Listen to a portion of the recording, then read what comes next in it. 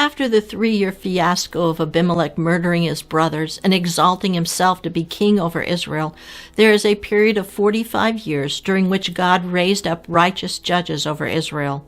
Then Israel again departed from the worship of the Lord, and this time it was much worse than before. When Israel cried out to God, he chose a judge from among those who were despised in Israel to deliver them. This judge, Jephthah, reluctantly accepts the role. Jephthah successfully drives the Ammonites out of Israel, but in the process makes a rash oath that causes him to lose everything. Who is Jephthah?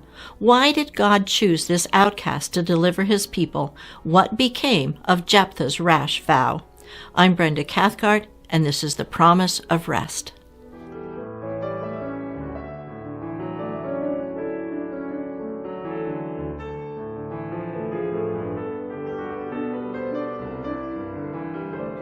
Before we get to the account of Jephthah, the 2 judges that judged Israel for a combined 45 years before him deserve some mention.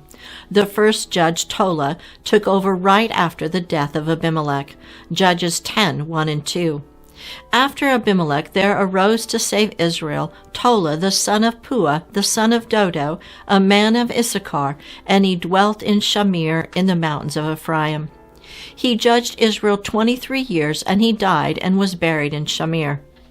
Tola was from the tribe of Issachar, the tribe that Jacob prophesied in Genesis 49:15 that would bow his shoulder to carry the burden and become a servant. Tola's name, number 8439, means worm, indicating his humility and lowly state. Tola carried the burden to restore Israel after the abusive rulership of Abimelech. He left his tribal land of Issachar and moved to a more central location in the land of Ephraim.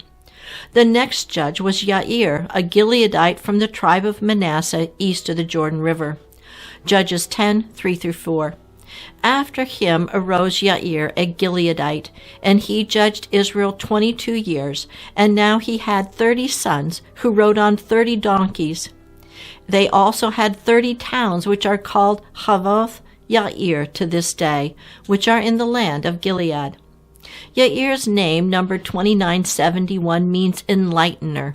It seems that Yair brought enlightenment to Israel by means of his 30 sons. 17th century theologian Matthew Henry comments on the role of Yair's sons. They were judges itinerant, who, as deputies to their father, rode from place to place in their several circuits to administer justice. We find afterwards that Samuel made his sons judges, though he could not make them good ones. In spite of these excellent judges, Israel once again departed from following the Lord. Each time this happened, it was worse than the time before. This time, Israel didn't just go after one foreign god. They served 7 different gods from the Canaanites and the nations that surrounded them. Judges 10:6. Then the children of Israel again did evil in the sight of the Lord, and served the Baals and the Ashtoreths, the gods of Syria, the gods of Sidon, the gods of Moab, the gods of the people of Ammon, and the gods of the Philistines. And they forsook the Lord and did not serve him. The Israelites were so busy serving other gods that they completely forsook the Lord and did not serve him at all. Needless to say, God was angry. He sold them into the hands of the Philistines on the west side of the Jordan River and into the hands of the Ammonites on the east side. After taking control of Israel's territory on the east side of the Jordan River, the Ammonites crossed over the Jordan to fight against Ephraim and Judah, the 2 strongest tribes of Israel. This account of Israel's deliverance focuses on the threat from Ammon. It does not mention, other than at the beginning of the account, the oppression by the Philistines. However, the Philistines would continue to be a problem for Israel until they are finally dealt with by David. The occupation of Israel by the Ammonites went on for 18 years before Israel finally called out to God. The Lord replied that he would not deliver them. Judges 10:11-14. So the Lord said to the children of Israel, Did I not deliver you from the Egyptians and from the Amorites and from the people of Ammon and from the Philistines? Also the Sidonians and Amalekites and Maonites oppressed you, and you cried out to me, and I delivered you from their hand. Yet you have forsaken me and served other gods. Therefore I will deliver you no more. Go and cry out to the gods you have chosen. Let them deliver you in your time of distress. The Lord listed 7 times that he had delivered them from their oppressors. This contrasts to the 7 idols or false gods that Israel served. The NKJV Study Bible connects these 2 occurrences of the number 7. In these 2 verses, we find 7 peoples from whom God had already delivered the Israelites. The symbolic number 7, representing completeness, is probably the most important element here, especially when we note that 7 groups of gods are mentioned in verse 6. The completeness of Israel's ingratitude to God had been revealed. God declared that he would not deliver them anymore. They would have to rely on the gods they had chosen over Yahovah to deliver them. The word deliver is the Hebrew word yasha, number 3467, meaning to be open, wide, or free, to be safe, to rescue, or bring salvation. This is the Hebrew word from which Yeshua's name comes. When the angel of the Lord appeared to Yeshua's father Joseph in a dream in Matthew 1:21, Joseph was told to name the child Yeshua because he would save his people from their sins. Here in the book of Judges, God declares that he will not deliver Israel anymore. The Israelites respond by putting themselves into the hands of the Lord. Judges 10:15 and 16. And the children of Israel said to the Lord, We have sinned. Do to us whatever seems best to you. Only deliver us this day, we pray. So they put away the foreign gods from among them and served the Lord. And his soul could no longer endure the misery of Israel. They chose to accept whatever punishment God would mete out to them if only he would deliver them from their physical enemies. The Art Scroll commentary on Judges elaborates on this choice. Having been told that God rejected their confession and outcry, the people beseeched him to punish them in any way he saw fit. But let the punishment come from his hand, through plague or famine perhaps, but not at the hand of outside marauders. The Israelites begged God to deliver them from the Ammonites. However, the Hebrew word for deliverer is not yasha this time. It is natsal, number 5337, meaning to snatch away. They are asking God to snatch them out of the hand of their enemies. They accompanied their plea with a sincere return to God. They destroyed all their idols and served only the Lord. Because of this, God had compassion on them. However, their relationship with God had been severely damaged. The Art Scroll commentary on Judges points out the change. From this point until the rise of Samuel, we do not find God displaying the sort of all-embracing love for Israel that would provide them with great leaders to bring them triumph and tranquility. True, they had repented and pleaded for help, and he had relented, but only partially. God helps Israel even when it is undeserving, as he would do now, but at such times the salvation is limited to what is necessary for the nation's survival. The children of Israel gathered an army to fight against the Ammonites. The Ammonites gathered at Gilead, and the Israelites gathered at Mizpah on the eastern side of the Jordan River. The Israelites had gathered to fight Ammon, but they didn't have a leader. God had not yet raised up someone to snatch them out of the hand of their enemies. Judges 10:18. And the people, the leaders of Gilead, said to one another, Who is the man who will begin the fight against the people of Ammon? He shall be head over all the inhabitants of Gilead. They decided on a mighty warrior named Jephthah. There was only one problem with this choice. Jephthah wanted nothing to do with them. Jephthah had a good reason for rejecting the request of the leaders of Gilead. He was the son of a prostitute who had been evicted from his father's house by his half-brothers. Judges 11:1 and 2. Now Jephthah the Gileadite was a mighty man of valor, but he was the son of a harlot, and Gilead begot Jephthah. Gilead's wife bore sons, and when his wife's sons grew up, they drove Jephthah out, and said to him, "You shall have no inheritance in our father's house, for you are the son of another woman."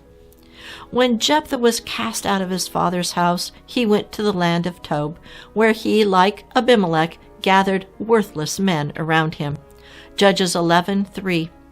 So Jephthah fled from his brothers and lived in the land of Tob, and worthless fellows gathered themselves about Jephthah, and they went out with him. The name Tob, number 2897, means good. Jephthah went to a good land. The Zondervan NIV Study Bible comments on the land of Tob.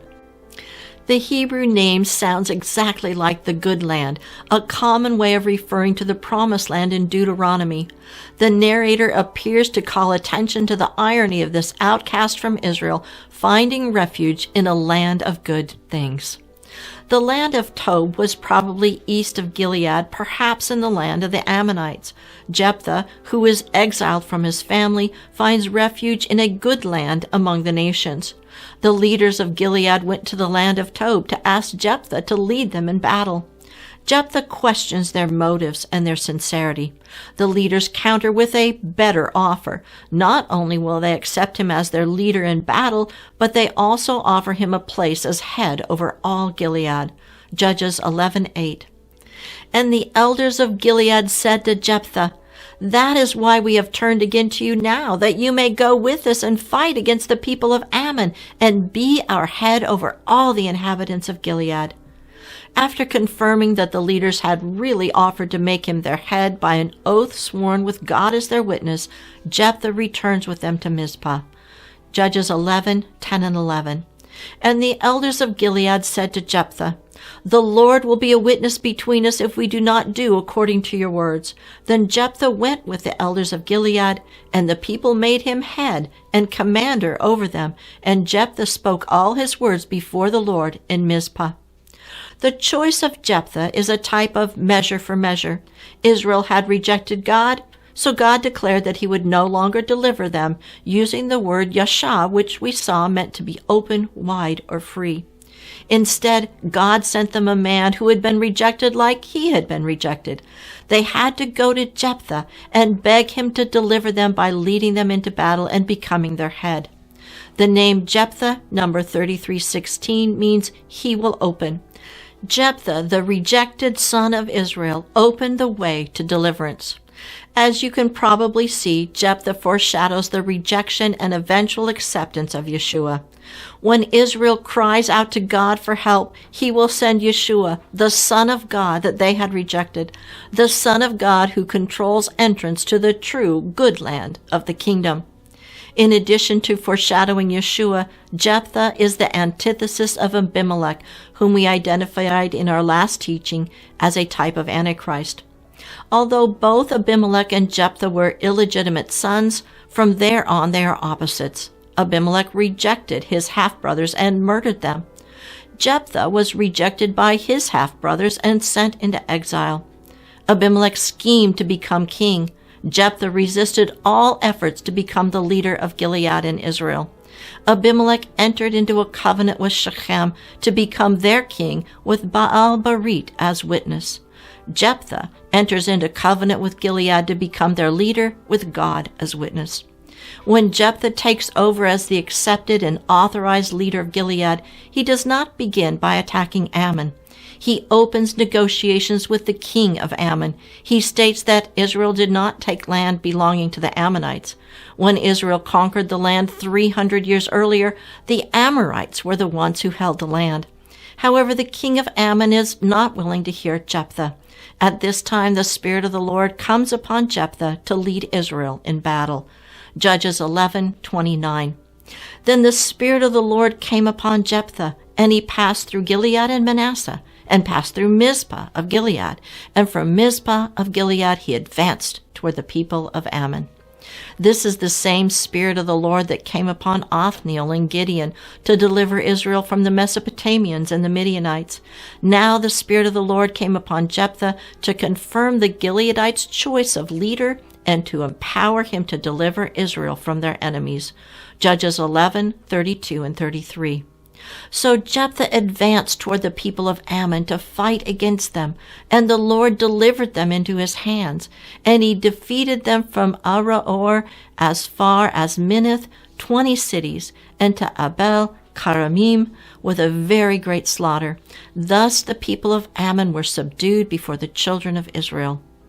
Everything sounds great for Jephthah and Israel. However, before Jephthah advanced on the Ammonites, he made a rash vow before the Lord.